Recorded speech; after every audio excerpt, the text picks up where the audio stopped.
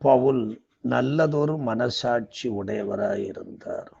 உள்ளதை உள்ளதென்றும் இல்லதை இல்லதென்றும் சொல்லக்கூடிய நல்ல மனசாட்சி கொண்டிருந்தார். அதற்கு காரணம் அவருக்குள்ளே பரிசுத்த ஆவியானவர் வாழ்ந்து கொண்டிருந்ததுதான் காரணம்.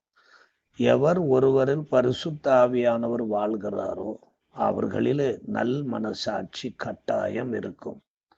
பவுல் யூதர்களின் ஆலோசனை சங்கத்தார் முன்னிலையில் நான் எல்லா விஷயங்களிலும் நல் மனசாட்சியோடு தேவனுக்கு முன்பாக நடந்து வந்தேன் என்று கூறுகின்றார்.